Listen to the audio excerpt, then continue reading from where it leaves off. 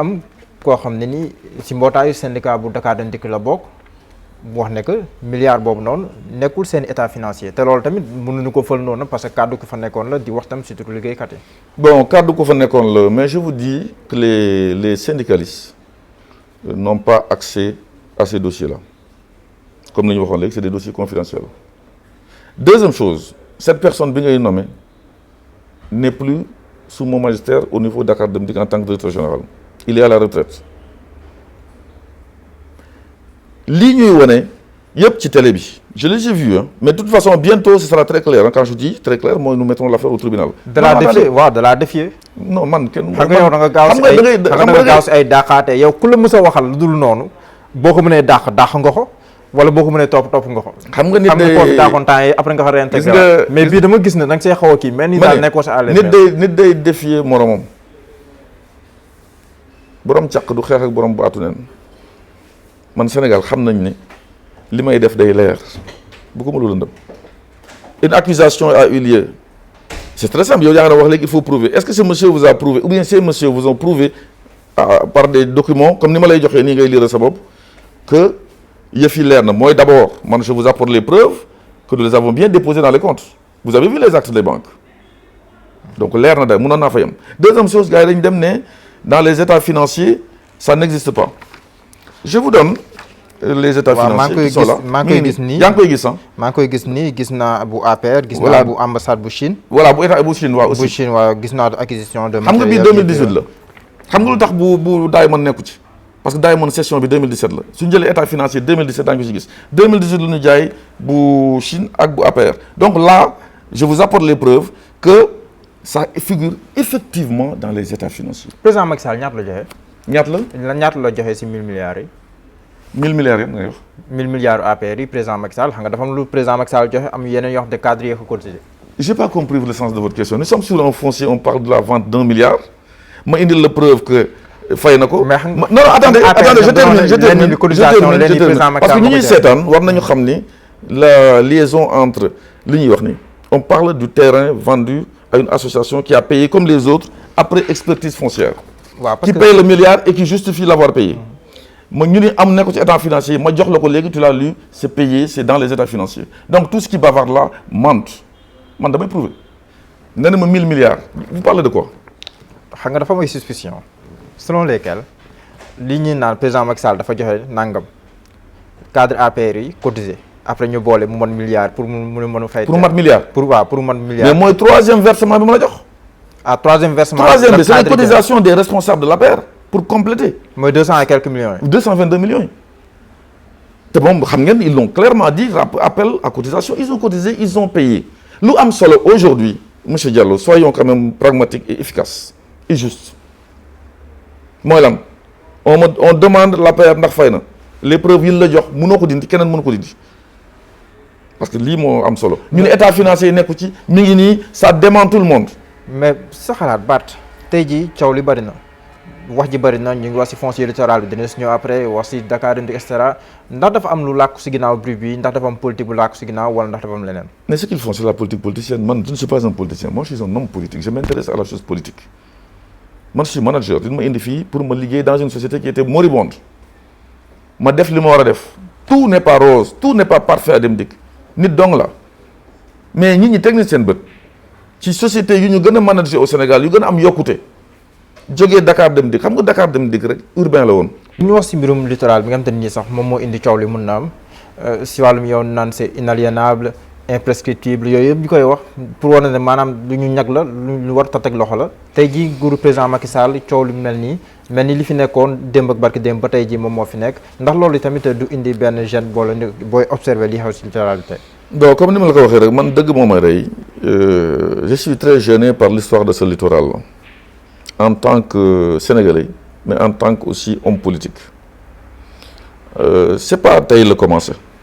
Depuis l'indépendance du Sénégal, am na ay construction xam ñu ngi ci littoral bi depuis boobu ba léegi sous le régime socialiste, sous le régime libéral 1, sous le régime effectivement de président Macky Sall nga xam ne moom la ñu àndal aujourd'hui. Si on se dit que les gens risquent de privatiser les plages mooy def ci loo xam ni day empêcher même le public léegi di gis géej bi loolu moo choqué les gens parce que am na yoo xam ne boo ko fay tabaxee kenn dootu fa dugg da ngay naan sama kër la kenn dootu fa jaar. moo tax Barth nee na bi muy jox ay autorisation de construire c'est parce que ñooñu fi ñu bëgg a tabax du yàqal kenn koo xam ne da nga bëgg a àgg si géej bi nga mën a àgg si géej looloo taxoon mu jox ñooñu ñu mën a tabax foofu. vous savez bul ma waxal gis nga sa gosse là man pare naa waxam quoi. parce que voilà il faut me parler de choses yoo xam ne qui se tiennent quoi. Tu ne peux pas être quelqu'un liste bi nekk ci suuf yëpp vous avez les Mermoz Sacré-Cœur Mermoz Sacré-Cœur Mermoz Sacré-Cœur c'est sous sa juridiction yëpp moo ko autorisé quand quelqu'un se lève nit day am principe boo jógee nga ni man lii gëmuma ko même su fekkee da nga ko fi fekk mooy depuis lu may wax bi yàgg mais boo ne man mii maa am autorité léegi depuis 22 mars 2009 que je suis maire ne fii c'est inaliénable mënutuñ fi tabax gor ci wax ja da nga koy appliquer ku la fa indil permis nga ne ko non mais tu vas donner à des gens le permis l'avant-dernier permis mi ngi nii mi ngi ko joxe en 2020 janvier 2020 nous sommes en 2020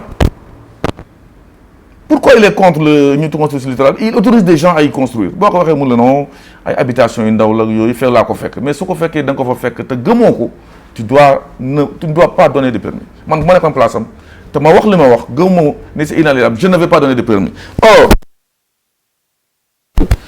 les affaires Mermoz ak yëpp vous avez déjà bëgguma jox ay tour quoi vraiment vous avez une autorisation qui a été donnée après qu'il soit maire août 2009 vous avez Mermoz également vous avez une autorisation 27 mars 2014 vous avez Mermoz également c'est lui 16 février 2015 vous avez également Mermoz mooy bii ma lay wax nii 10 janvier 2020 vous avez certaines mais la responsabilité du régime mais léegi ñu wax si la responsabilité. y a pas de contradiction si loolu. ñu wax léegi sur la responsabilité du régime actuel.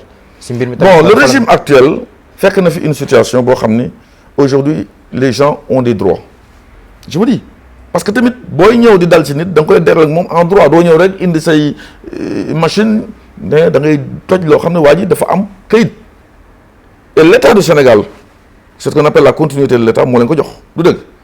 da ngay xam nooy def ak ñoom yow bii monsieur Diallo boo amoon kayit buy wane ne tu as un titre foncier sur un même buy domaine littoral bi mais bu ñu lay laalee comme quelqu'un qui a ni droit ni titre c'est ce qui se pose aujourd'hui mais le président de la République jóg na nee na arrêtez-moi tout ça xam nga président on a dit que c'est l'homme le plus renseigné du Sénégal on le dit parce que les gens adorent cette rhétorique là mais du lépp la xam souvent c'est après coup qu'il est informé de certaines choses moi je le dis. mais lu mu am ces renseignements mais jël na décision lu mu am ces renseignements est-ce que doy na vous savez les renseignements je vais dire une chose très claire si moi j'ai de l'argent aujourd'hui au Sénégal je peux faire écrire en RG lu ma neex. li ngay wax graaw na la. man graaw Sénégal laa nekk damay politique xam naa li may wax y a des gens qui écrivent des choses bindal président ne ko toj naa fii bind moyennant certaines choses ñu joxe. mu egg ñu liir yooyu président xam na lépp loolu gis nga loolu ma lay wax sax président xam na ko dóorkat yi bari na fii Sénégal c'est ça la vérité aussi dans ce pays donc sur ce point je me limite sur le fait que j'ai entendu le président de la République ne leen gelez-moi tout ça arrêtez-moi tout ça y compris ce gosse-là qui délivre des permis gis nga le gosse-là qui délivre des permis il oublie qu'il est un fonctionnaire de l'État parce que booy defar ay acte de naissance est-ce que c'est uniquement parce que tu es un opposant nekk maire non parce que tu travailles pour l'État booy délivrer des permis de conduire c'est pour l'État il faut savoir quelquefois vous travaillez pour l'État mais nekk ci mbedd bi di saaga nit ñi man du ma xeexu mbedd si on m'insulte par l'éducation que j'ai je n'insulte pas moi fi ñu war a dem daañ fa dem et les choses sont très claires parce que man ak moom vraiment c'est vrai que ñun ñoo màggandoo Sicap Amitié 3 moi je suis boy Sicap là ah kon xamante ngeen bu yàgg yéen ñaar. ah oui man ba ma fa nekkee di jàng moom mi ngi dawal ay mbége ah boobu man la maison familiale samay sœurs samay frères ñu bokk ndey ak baay mon père ma mère sont tous de Sicap Amitié tout le monde sait la mosquée Karak.